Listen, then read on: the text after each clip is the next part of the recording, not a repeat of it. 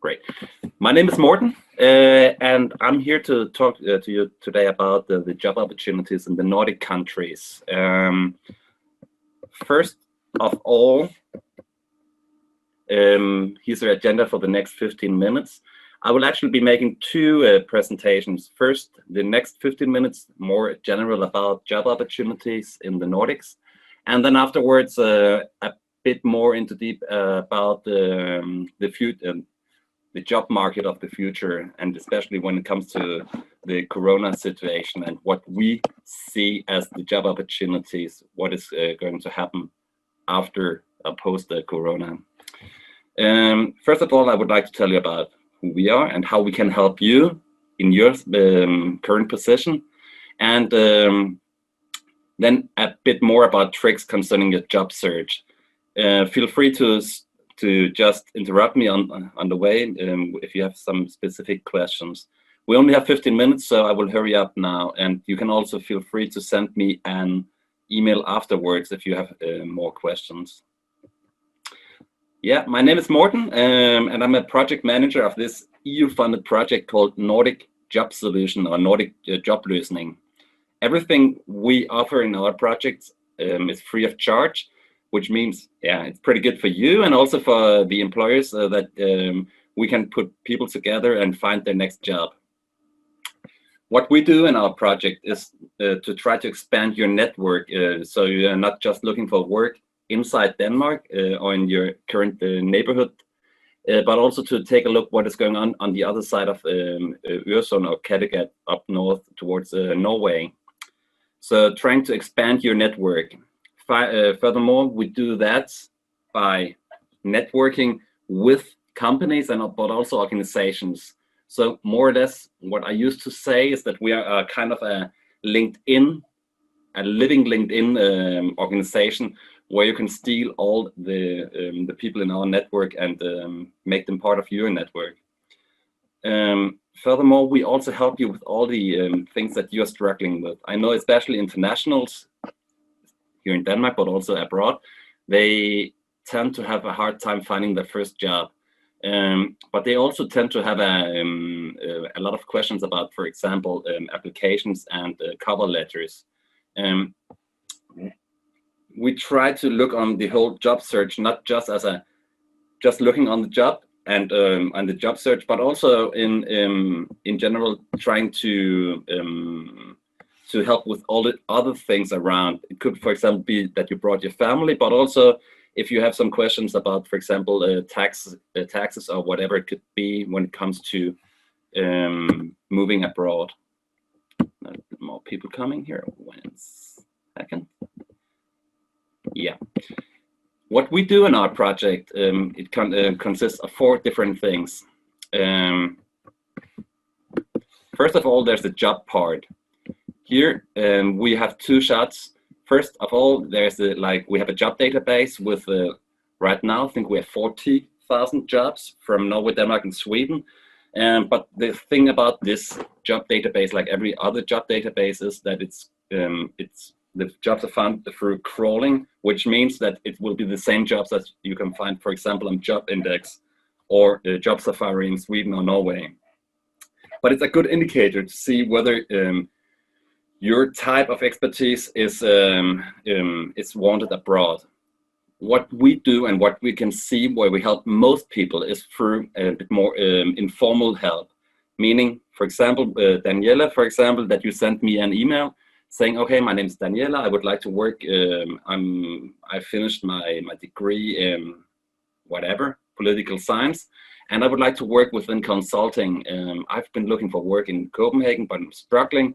So I'm also expanding my job search towards Sweden and Norway. We will then go through and see which listed jobs we can find for you, but also to get you in touch with different stakeholders that could be of your interest. It could, for example, be consulting companies. It could also be, for example, recruitment companies or other people in our network that could be of interest for you. You will have to apply for the work yourself, but we open all the doors for you. Through this way, we have helped within the last 1.5 years. Also during Corona, we have helped almost 700 people to get a job. And just to give you the numbers, like every second person that get in touch with us is actually getting a job through our help, which is pretty cool, I think. Also, a lot of internationals actually get help through our project. Furthermore, here in Copenhagen, we also offer a coaching course, which is it's an independent consultant company who we have hired to make this course. It's 3 times 3 hours where you get individual help, one-to-one, and you can. It's also supported by job centers, so you can put it into your job plan if you are unemployed right now. Furthermore, we also help with all the practical issues. For example, housing. If you're moving abroad to a new place, you probably all know that it's kind of hard to find out where to find the right housing. But also things like personnummer, tax numbers, insurance issues, all these kind of things, we are supporting you with these matters. And last but not least, it's also important that if you get a job, for example, in Norway or in Sweden, that you also have something to do after you have finished your work. So we also offer a culture and leisure program, which is super important when it comes to staying put in the particular country, so you don't get homesick. You also probably all have experienced how hard Danes are to get in touch with. It's exactly the same with Norwegians and Swedish people. So it's quite important, and it's not a one solution fits all. It's if you just need the help with the job, you get the job help. If you just need help with the housing, you get the like this help. So it's very individual what we help with.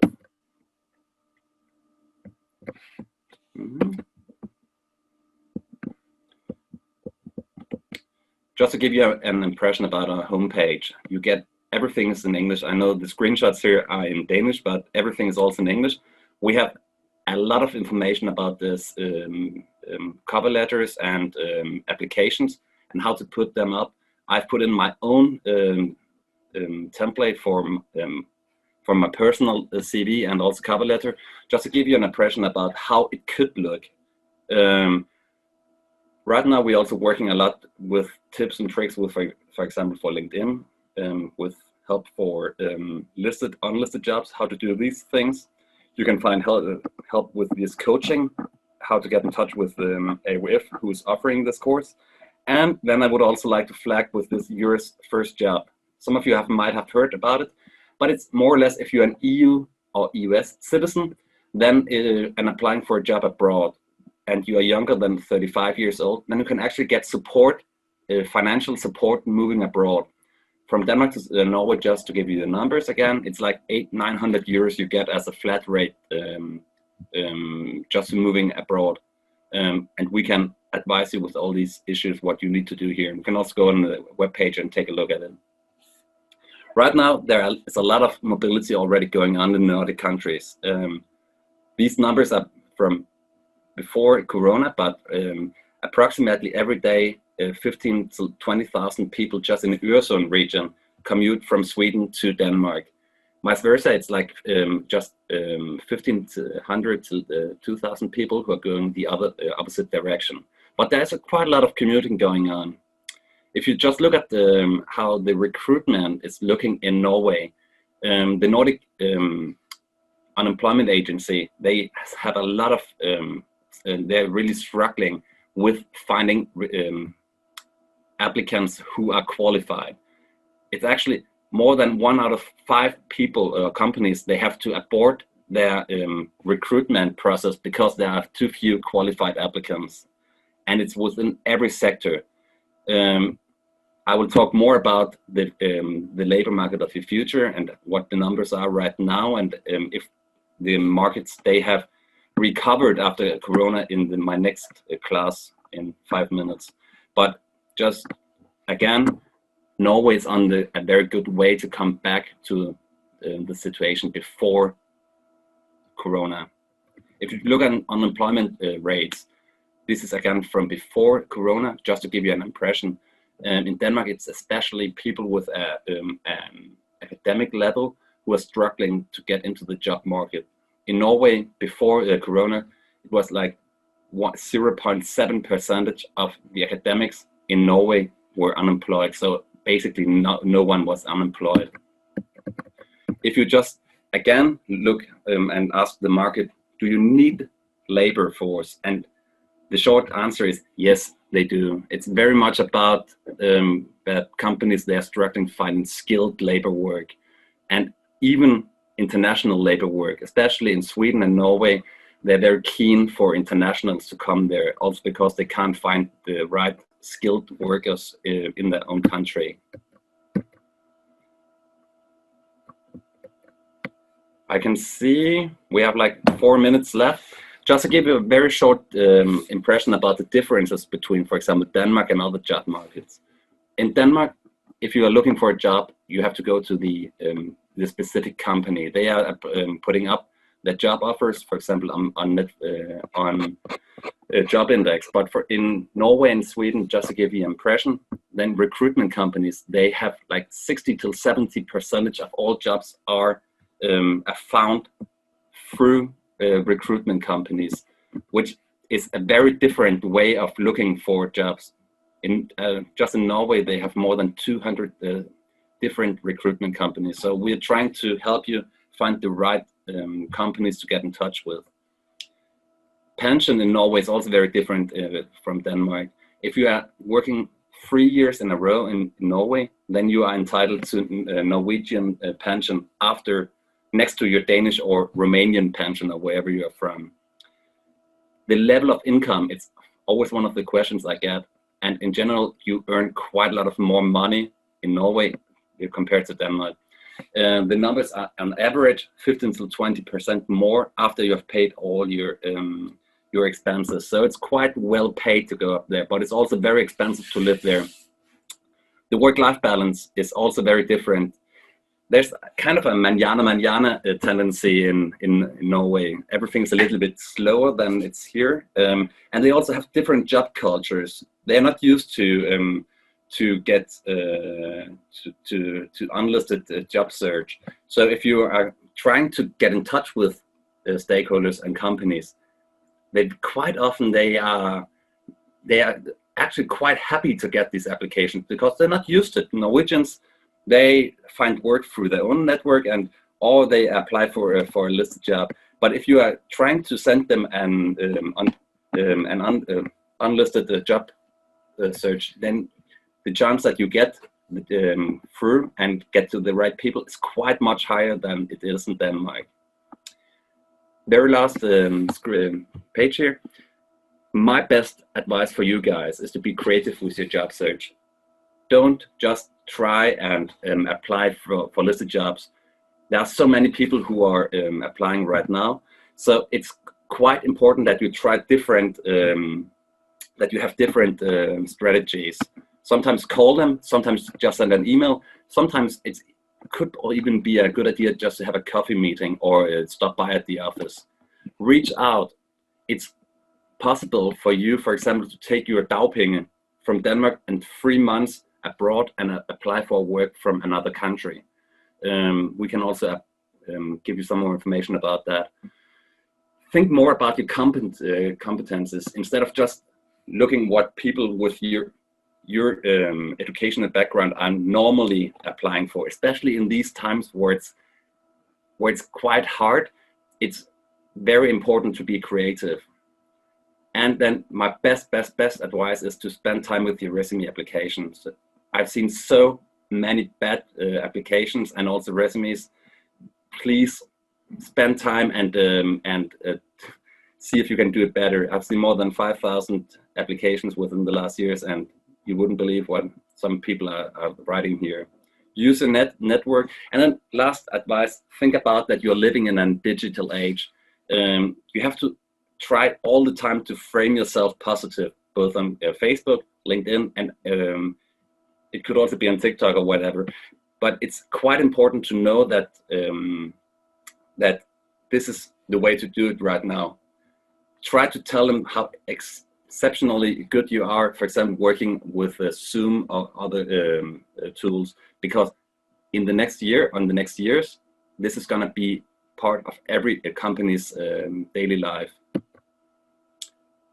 these are my contacts. If you go on nordiskjob.org, you will find all the information also in English.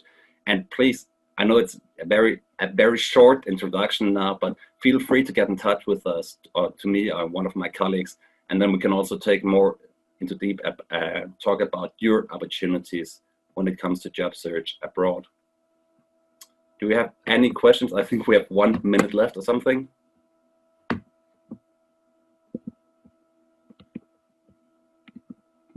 Hello. Blah blah blah. Does your organization look at remote work opportunities where one can live in Denmark but work for another Nordic country? Yes, we do, Christina. We quite a lot of people, especially here in the Øresund region, are commuting from Denmark to Sweden, for example, but also in different job categories or in sectors. It's possible to move, for example, to work, for example, 1 week in Denmark and then 2 or 3 weeks in Norway if you find the right company. But it very much depends. It depends on the specific company that you or sector that you are working in. And Everton, yes, everything is for free in our project because we are EU funded. Okay, I will just swap over to my other presentation about the job market of the future. 1 sec.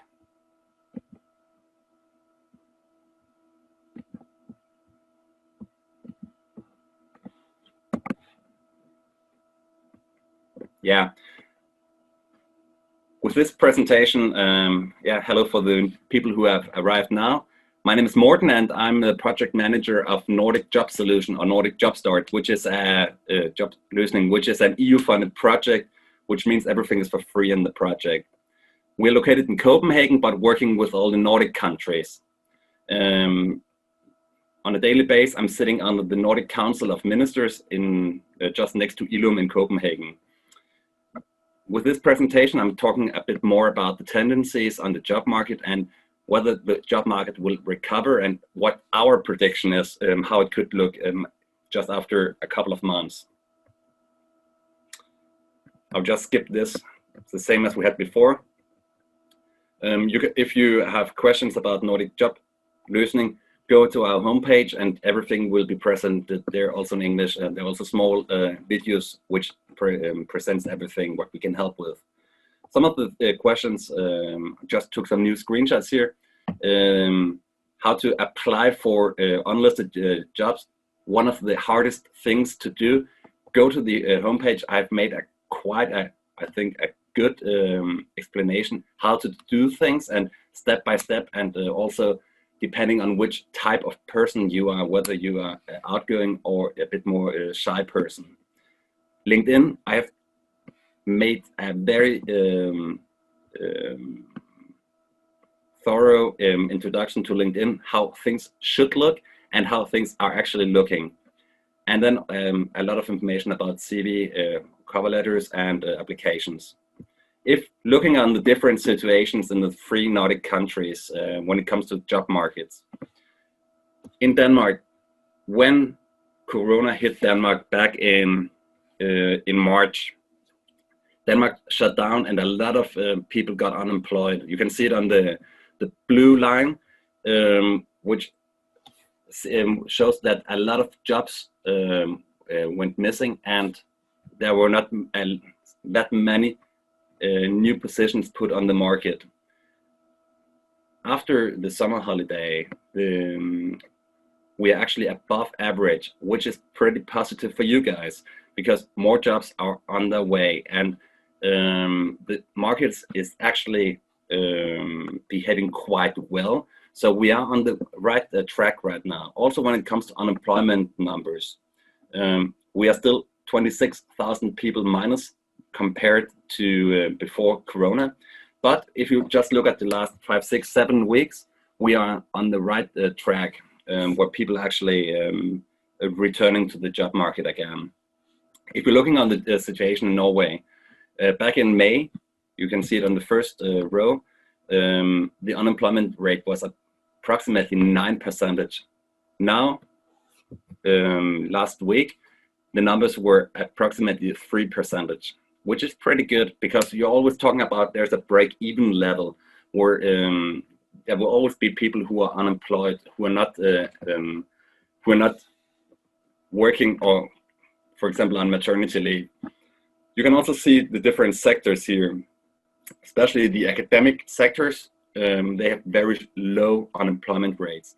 So just to give you again the impression to say that if you are flexible and willing to also to move around, then there are job openings, both listed but also unlisted jobs in Norway.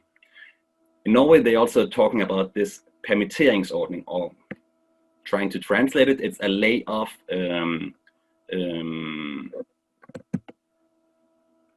system where you can get a notified break by the employer and saying, okay, you are putting on hold actually. So you will get dagpenge in Norway, and you are then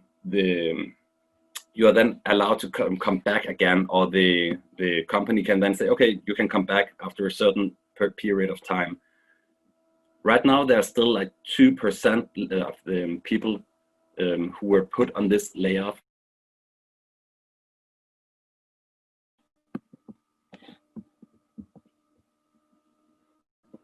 Guys?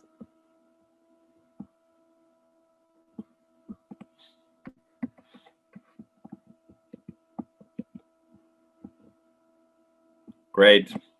I'll just jump in again.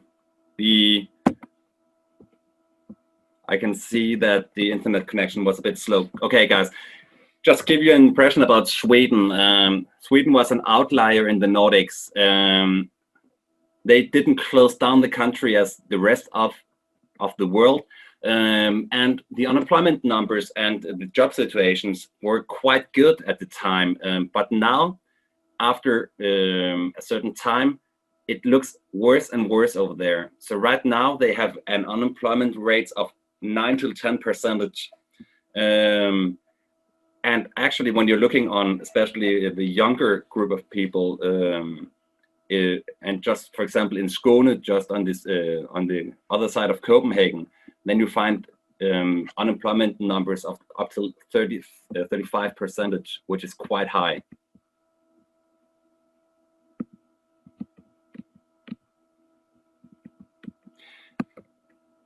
Furthermore, you can also see they have another system where you are not allowed, the employers, they can't just come and say to you, okay, I kick you out of the company. In Sweden, you have a period of time where you have, they have this system called varslings system, which is where you have to get a notification in advance before you get laid off, or you're gonna get kicked out. So you always have an impression about how numbers will look after and for the next month. But even though that the numbers are quite high in Sweden, they are still looking a lot for skilled workers with the right expertises. The reason why there are so high unemployment rates is also because of the dramatic situation they had with the immigrants coming from, for example, Syria, of Afghanistan a couple of years ago. They're really struggling with these people right now. But it also means that they have a very multicultural community, also compared to Denmark. If you're looking on the future and which sectors we think will be the first to recover, yeah, well, in Denmark, the politicians, they have already said that the public sector is not gonna decrease. It will just, they have put more money into it, which means that it will actually grow with up to 5 to 10% within the next year. We also see tendencies that the stores and the service sector is opening up again. We have quite a lot of customer service jobs right now. But also the people working with IT sector, especially back office and the bit more creative people, they have quite a good chances both in Denmark and Sweden. Another sector that is was struggling but is coming back now is the teaching sector in Sweden. There are up to 100,000 open positions for teachers in Sweden right now. And they're also looking for internationals, so it could be an option. And last but not least, I would also mention the health sector in general. Physiotherapists, for example, very high demand for this sector in Sweden compared to back in Denmark. But one thing that strikes again and again is most companies, they are looking for digitalization skills, and also if this blended working way of working, like time in Denmark or from home, and then you have can work from office, for example. So it's a bit more flexible working conditions. These things are in high demand and will just grow within the next year.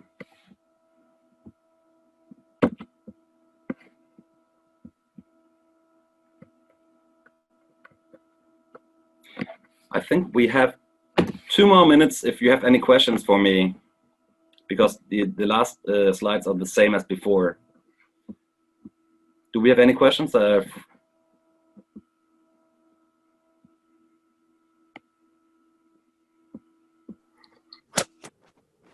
Matter of fact, I do have a question. Does the government in any of the Nordic countries launch any kind of programs of let's say reteaching or providing the new skills and new qualifications for those who lost job recently? Have you heard about any kind of let's say new programs? I can say that much. I'm also working as a fundraiser for my organization, just to give you an impression. And I know for a fact that every government, they are really looking right now for the requalification part. There is a lot of money relocated to these topics, because what was demanded just a year ago is probably not the same that will be demanded now post Corona.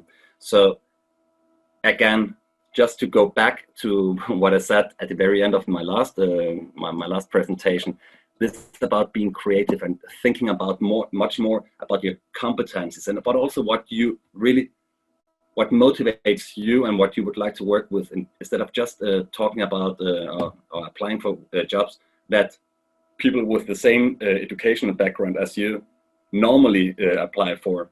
It's much more about your you as a person and about your qualifications, also compared to just a year ago. So there's a shift of how to apply for work that we experience much more in recent time.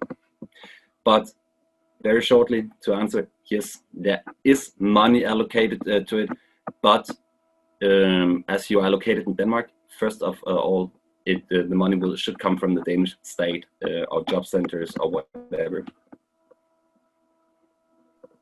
Thank you, Morten. You're welcome. Any other questions?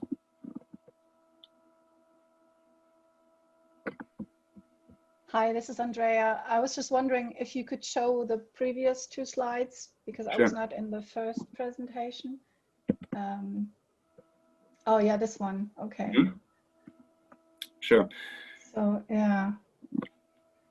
I also know that my time is ending now, but I would advise all of you who have the slightest interest in hearing more about the opportunities, and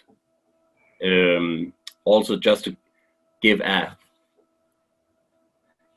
impression about what you could actually gain from participating here, because this is just a free offer where you can use whatever you need for your current situation.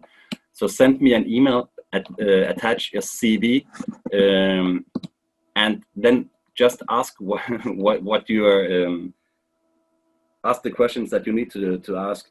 Either I will answer you, or one of my 5 assistants will get back to you. Or if you prefer it, you can also just give us a call. Okay, great. Thank you. I can see there are. Great. If you don't have any more questions at the very end, I will stop here. And then I'm just looking forward to hear from you, and just send me an email, and then we'll try to advise you as good as we can. Morten, would you please show this slide with your contact details? Of course I will. Here it is. If you go also on this booth site on the IC days, there are also my contact information, or at least to our homepage, where you can also find the information.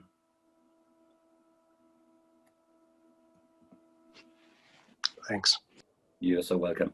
So have a nice evening and enjoy the rest of the presentations.